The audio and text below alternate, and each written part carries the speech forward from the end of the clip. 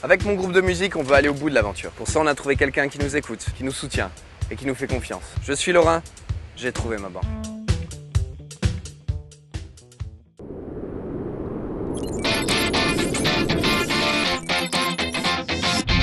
Vous avez absolument raison. Ouais.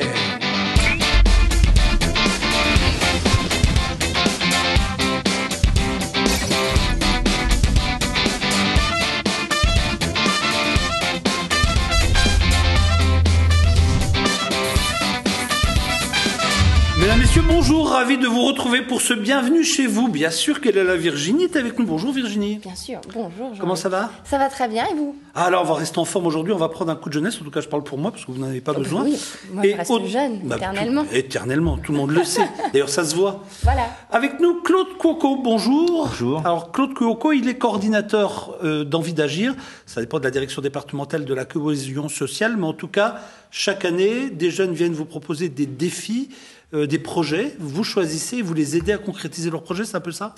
C'est un peu le principe, en fait. L'idée, c'est que des jeunes de 11 à 30 ans puissent aussi venir nous proposer des projets à partir du moment où ils sont des projets où ils sont complètement acteurs, auteurs et qui rayonnent, en fait, sur leur territoire. Un autre invité avec nous, c'est Xavier Vacogne. Bonjour. Bonjour tout le monde. Alors, Xavier, vous êtes éditeur, Feuille de Monte. On va en parler tout à l'heure de Feuille de Monte. Alors, on a déjà invité des gens de chez vous dans cette émission. Oui, tout à fait. Lionel était venu. Voilà, pour nous parler du Graoli, c'était Clémentine et le Graoli. Voilà, Clémentine et le Graoli.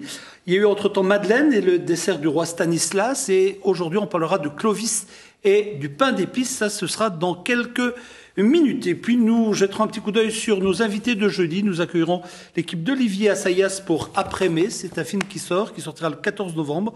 On va revenir sur les années juste après mai 68.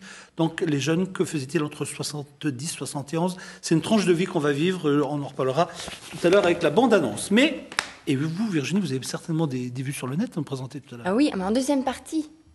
Ah oui, il y aura un collectionneur en deuxième partie. Et puis, Aurèle Duda viendra nous parler d'origami. On a plein de choses à voir aujourd'hui. Finalement, on va faire plein de choses avec nos doigts et nos esprits, c'est bien. Claude, on va démarrer par vous, si vous le voulez bien. Alors, qu'est-ce que c'est exactement qu'Envie d'agir? En fait, Envie d'agir, c'est surtout un programme qui permet d'accompagner des jeunes dans la réalisation de leurs projets, en fait. De quel âge à quel âge, alors? De 11 à 30 ans. À 11 ans, on a déjà des projets? C'est Tout génial. à fait, oui. Je peux vous donner l'exemple, par exemple, d'une junior association. C'est une association de mineurs, si vous voulez, qui a 12-13 ans sur Saint-Avold, a créé une association de Pom-Pom Girls pour amener en fait la population à venir voir en fait le club de handisport. Ah bien ça. C'est bien. Donc vous avez aussi plusieurs projets de jeunes, notamment je pensais à Anna Alonso qui a écrit un livre sur la question de l'adolescence. Un livre d'anticipation, mais qui traite de sujets qui l'a concerné sur les questions d'adolescence et qui a aussi mis en place des ateliers dans son lycée sur le plaisir de lire et d'écrire. Vous vous souvenez aussi de Fabergo qu'on avait reçu? Oui, bien sûr. Tout à fait. Et pareil, vous l'avez aidé. Oui, Fabergo, en fait, dans le cadre de la création de son association, qui avec une dimension d'accompagnement en fait de projets artistiques au sein de cette structure-là, va en fait démultiplier les projets artistiques sur le territoire aussi. Et finalement, vous en avez vu passer un paquet. Hein, il y a vraiment des belles et grosses réussites, des gens dont vous vous dites ah celui-là est passé par chez nous. On en a eu beaucoup. Le dernier que je peux évoquer, c'est celui qui est passé au dernier jury. En fait, toujours une junior association qui vient d'avoir 18 ans, d'ailleurs, c'est entre 16 et 18 ans, qui, en fait, sur Rochonvillers, ont découvert un vieux fort des années 39-45 et qui le réhabilite. En associant, en fait, toute la population pour le remettre en état. Ça fait déjà plus d'un an que tous les week-ends, ils passent, et leurs vacances, ils y passent beaucoup de temps et d'énergie. Surtout que Rochonvillers, c'est un tout petit village mosellan. Hein, oui, c'est à côté d'Algrange, en fait. Oui. Voilà. Vous étudiez combien de projets chaque année? Alors, sur le département, on a entre 30 et 40 projets, quand même. C'est pas mal, hein. Qu'est-ce que vous en pensez? Oui, c'est assez impressionnant. Ouais. Puis c'est bien que les jeunes aient des idées et qu'il y ait des structures pour les accompagner et leur montrer qu'on peut plus tard facilement créer une entreprise. Il n'y a personne chez eux qui est passé entre vos mains un jour Je pense que certains illustrateurs, notamment, sont passés entre les mains du défi jeune. Voilà, donc, Élise Fischer, Amélie Dufour oui, je crois que c'est elle, il me semble. En fait, peut-être Amandine Meyer. Amandine Meyer, plutôt. Qui est Messine. Qui est Messine. Et qui fera l'illustration de notre prochain livre. Et qui compose le jury? Alors dans le jury, en fait, l'idée d'Envie d'agir, c'est que ce soit un programme qui associe une grande partie en fait des institutions, mais pas uniquement des institutions, mais aussi des associations. Donc l'idée, c'est qu'entre différents partenaires, on s'associe pour pouvoir aider et soutenir le maximum de projets. Donc la CAF peut intervenir CAF de Moselle intervient sur des projets financièrement, la ville de Metz intervient financièrement, mais elle apporte aussi son soutien technique et pédagogique. Le conseil régional aussi apporte son soutien technique et pédagogique. Voilà. Et on travaille aussi avec les Trinitaires, on travaille avec les associations. Vous pouvez les aider jusqu'à quelle hauteur au niveau, parce que le but c'est aussi d'avoir une bourse pour pouvoir monter son projet. Actuellement, ce sont des bourses qui varient entre 1 000 € sur projet jeune jusqu'à 5 000 €. Voilà. Donc justement, quand on travaille en partenariat, l'idée c'est aussi de faire évoluer le programme.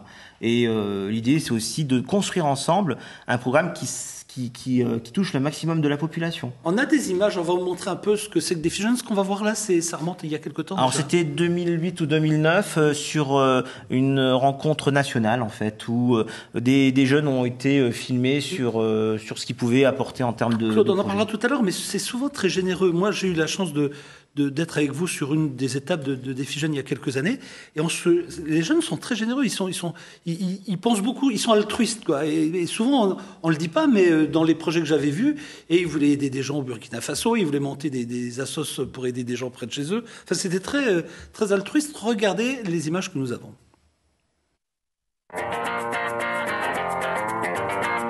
J'ai trouvé ma voie et ma foi, j'en suis fier.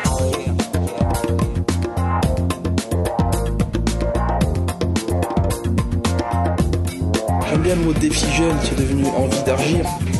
Mais il y a, je dirais, besoin d'agir, tu vois. Je le tiens, je l'ai. C'est un sacré relais pour te remotiver et te dire ça y est, quelqu'un croit en moi, on y va vraiment. C'est un défi vis-à-vis de soi-même. Et qu'on ait fait ou pas des études, on peut le faire. C'est plus qu'un coup de pouce, quoi. C'est vraiment un booster. C'est pas parce qu'on est jeune qu'on peut pas aider. Et c'est pas parce qu'on vient de quartiers comme ça qu'on peut pas aider non plus. C'est vraiment un dispositif qui permet de réaliser ses rêves. Faut pas croire toutes les conneries qu'on dit que les jeunes c'est des feignants. Il y a beaucoup de jeunes qui ont envie d'avancer. Le seul truc, c'est qu'on leur facilite pas la tâche. Ce projet, ça a plus que changé ma vie. Ça l'a métamorphosé. D'avoir vraiment abouti à quelque chose, ça m'a permis de m'épanouir. C'est rigolo de voir un jury avec des étoiles dans les yeux qui attend qu'une seule chose, c'est que tu les fasses rêver.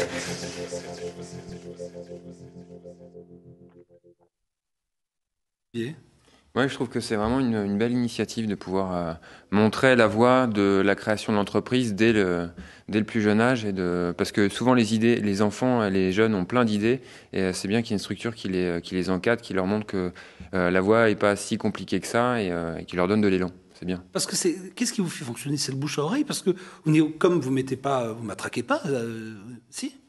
Non, l'idée c'est surtout aussi de travailler avec des partenaires sur le local, et notamment avec la vie associative et les collectivités, pour essayer de repérer ces groupes de jeunes et aussi de les accompagner. L'idée c'est pas forcément de partir sur une idée, mais aussi construire des choses. Il faut que ce soit aussi assez pragmatique. On est quand même sur une construction qui soit réaliste et réalisable. Donc, et le Cru 2012, il est comment alors? Il est plutôt intéressant. Là, sur le département, on a, je vous dis, plus de 30 projets qui ont été soutenus, avec des projets aussi variés qu'autour de la solidarité internationale. Et le plus fou que vous ayez vu? Le plus fou. Là, en tête, il y en a eu beaucoup. Donc, moi, j'ai souvenir, par exemple, d'un groupe de jeunes qui a voulu lancer une comédie musicale entre des jeunes de 14-15 ans et des personnes âgées, et qui a réussi son pari et qui l'a présenté au niveau national. Ah, c'est bien, ça, c'est vraiment bien. Hein. Ah oui, il y a eu plusieurs projets de ce type-là. Donc, en fait, ce programme est là aussi pour valoriser leur action, pour donner aussi une image positive des jeunes, oui. Parce qu'en fait, c'est vrai, trop souvent, on peut aussi avoir une image pas forcément qui se rapproche de la réalité. J'ai plus souvent des exemples de projets de jeunes qui sont constructifs et positifs que de projets de jeunes qui sont forcément négatifs. Mais vous les aidez administrativement ? Aussi. L'idée, c'est aussi qu'ils se confrontent à la réalité du contact avec les collectivités et donc à travers un processus administratif qui est un dossier qui est quand même allégé, c'est de les amener en fait à aussi écrire les choses, à construire les choses et à travers ce processus d'accompagnement aussi, qu'ils soient armés, qu'ils acquièrent des compétences, et à travers ces compétences, qu'ils puissent aussi par la suite créer leur association, leur entreprise. Ouais, je pense qu'il faudrait même que ce soit intégré dans le cursus scolaire, dès le collège par exemple. C'est pas mal ça, ouais. Parce que moi je me rappelle de mes années collège où j'avais une énergie un peu débordante et de pouvoir canaliser une énergie dans un projet positif et tourné vers l'avenir, où déjà on acquiert des armes pour pouvoir gérer une entreprise. Il y a plein de choses dans l'entreprise qu'on doit savoir faire. Je pense que ça pourrait être bien. Surtout quand on demande à des collégiens de 3e de faire des stages en entreprise, ce serait peut-être bien de commencer par ça. C'est peut-être ça qu'il faudrait creuser, non? En fait, l'idée, c'est quand même qu'ils le fassent sans contrepartie. Donc, c'est vrai que si déjà on est dans le cadre d'un stage, c'est qu'il y a une note derrière.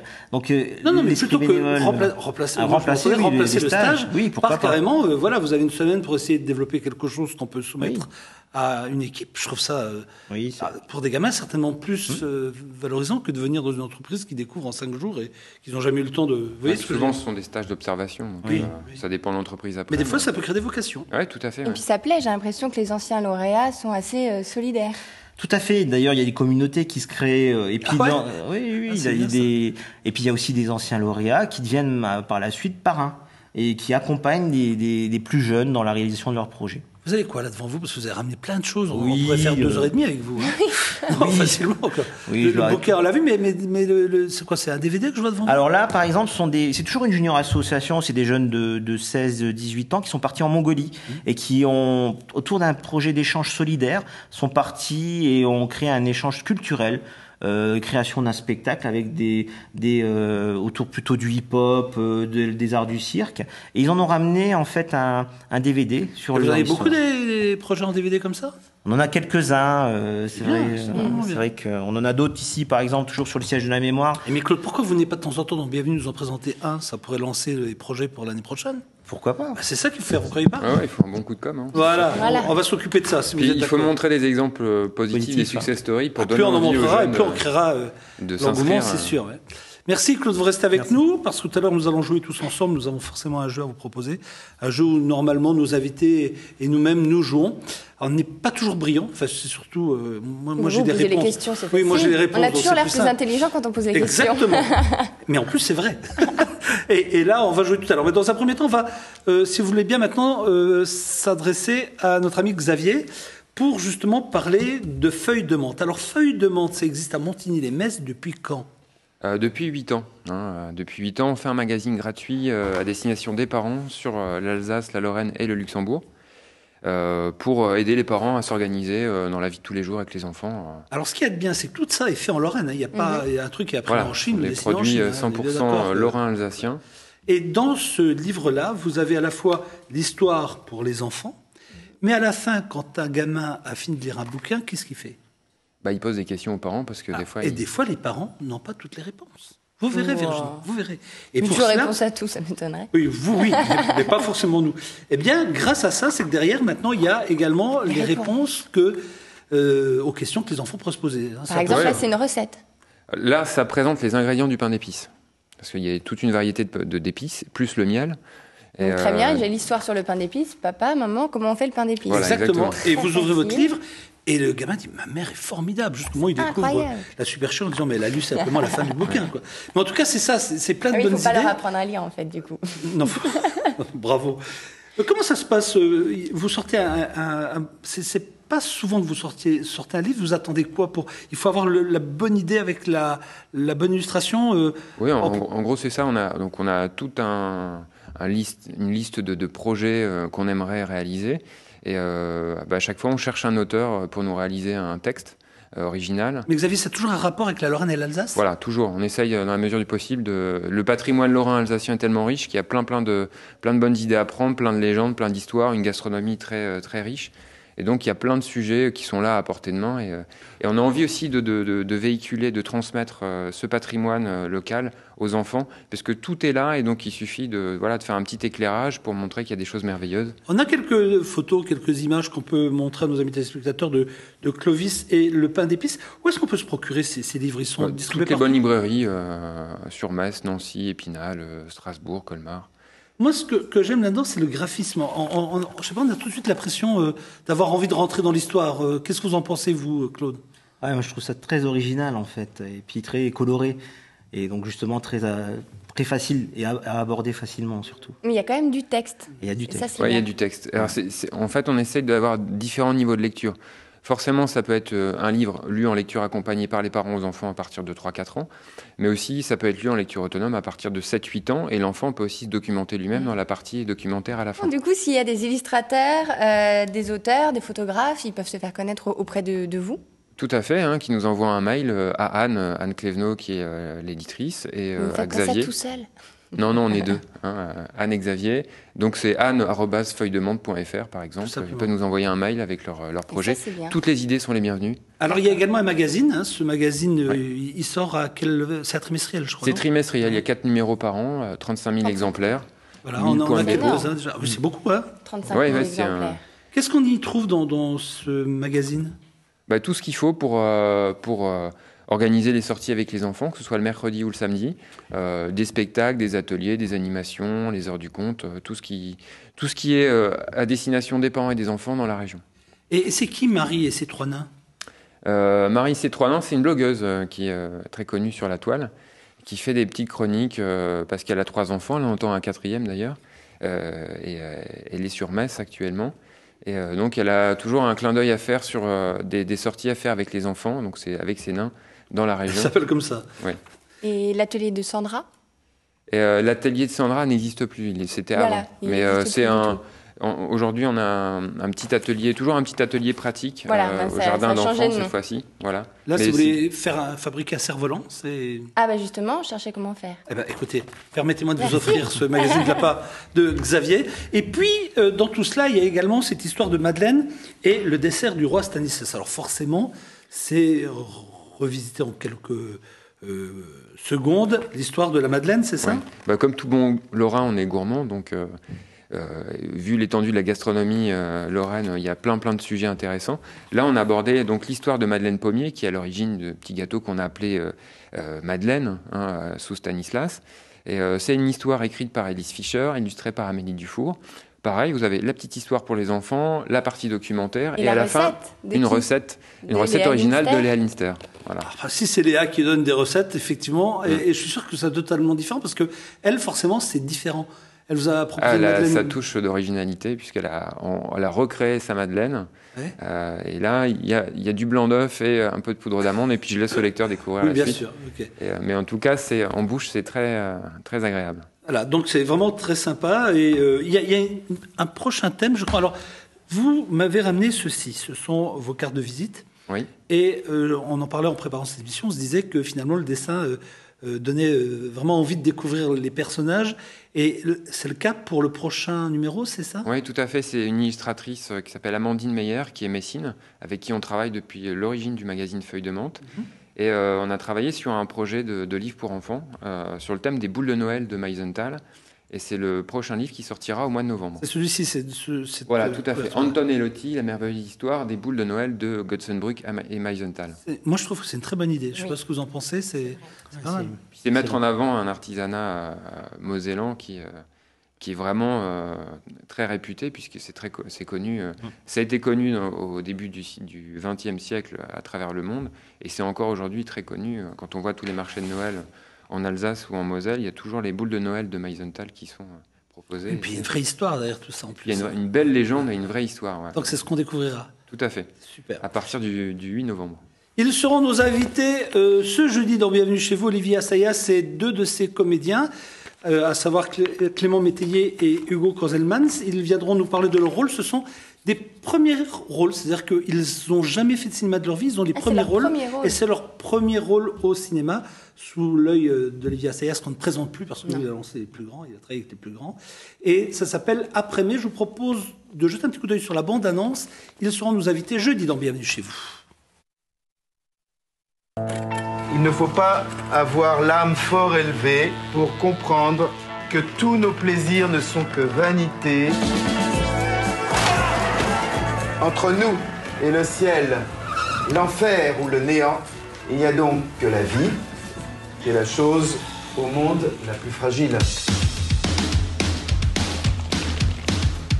La politique, c'est pas un jeu. Si on se base pour la classe ouvrière. Ça t'arrange parce que t'es extérieur au vrai combat.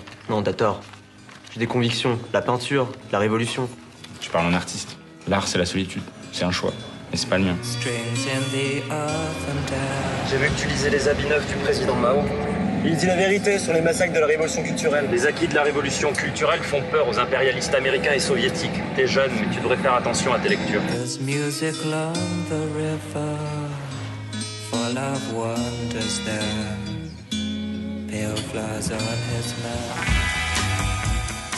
Dans le contexte actuel, le militantisme ne mène à rien.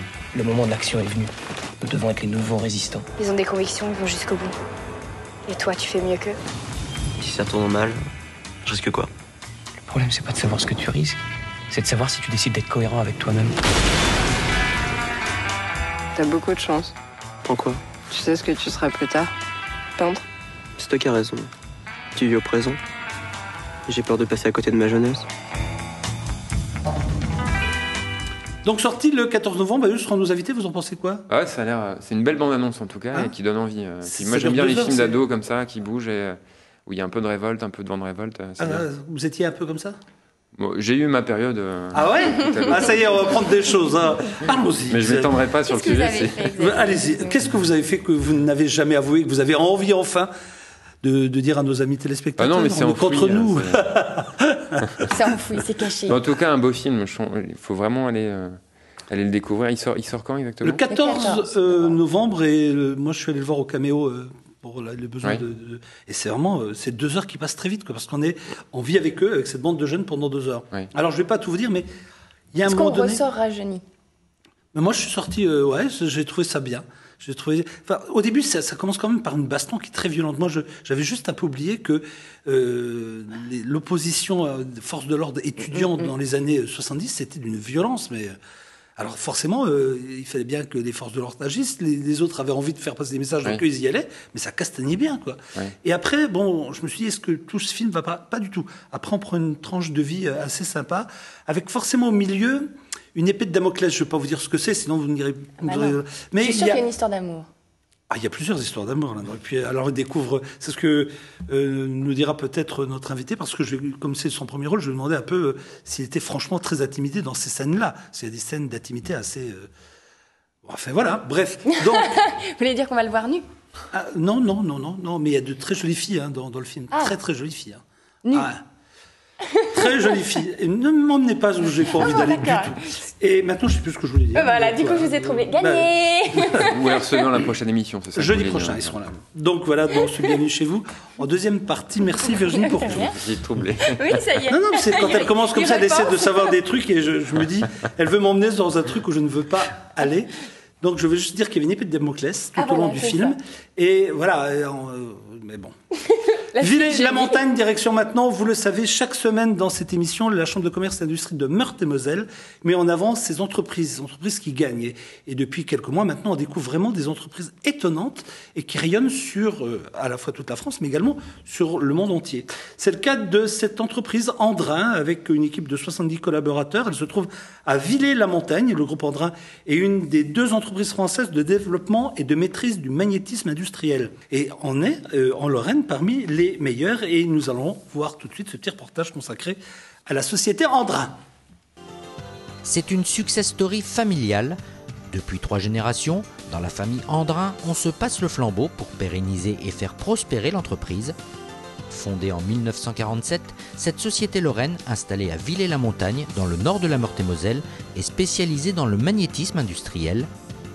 Aujourd'hui, c'est le petit-fils du fondateur qui est aux commandes de l'une des 2 entreprises françaises encore en activité dans le domaine du magnétisme.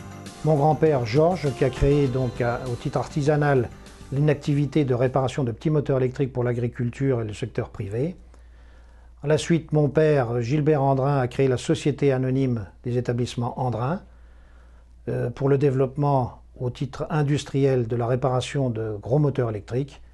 3e génération, Daniel Andrin, moi-même, actuellement à la tête de l'entreprise et qui développe le secteur de la manutention magnétique en général. 4e génération, mon fils qui m'accompagne depuis quelques mois et dont j'espère qu'il pourra pérenniser nos activités et l'entreprise. La relève semble donc assurée.